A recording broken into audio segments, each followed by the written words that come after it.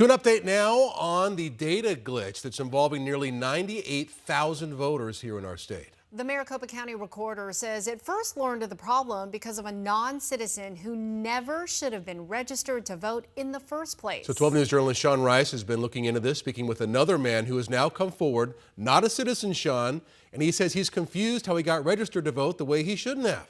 Yeah, Troy and Tram, that man's name who came forward to us is Luke Leemans. He's been living here in Arizona for 40 years on a green card sponsored by his Belgium-based company.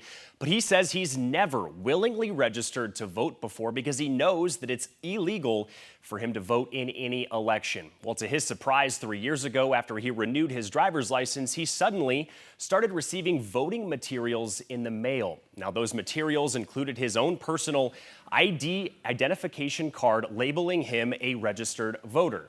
Now, he received some more materials as well, and Luke tells us he doesn't understand why renewing his driver's license 3 years ago would prompt all of this to happen. And he tells us he's worried he's not alone.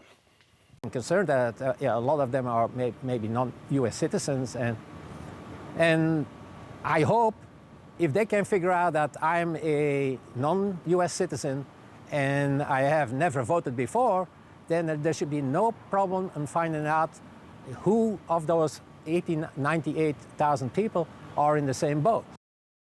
Now, you may be wondering how this could have happened. We'll have those answers for you coming up tonight on 12 News at 6. Yeah, I've got the same question, Sean, that Luke had. So we're talking about 98,000 people who were involved in this glitch. How many people do they think were actually shouldn't have been voting, like Luke?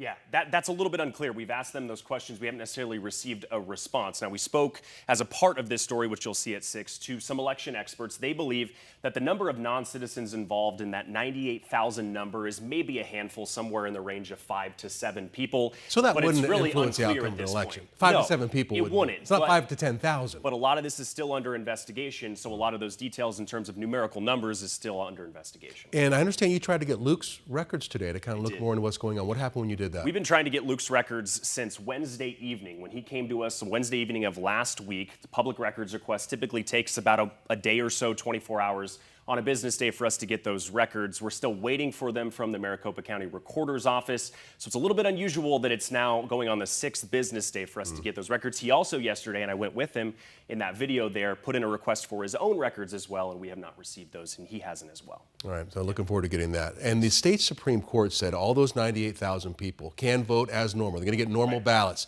So ballot. what happens if we find out that some of them shouldn't be voting?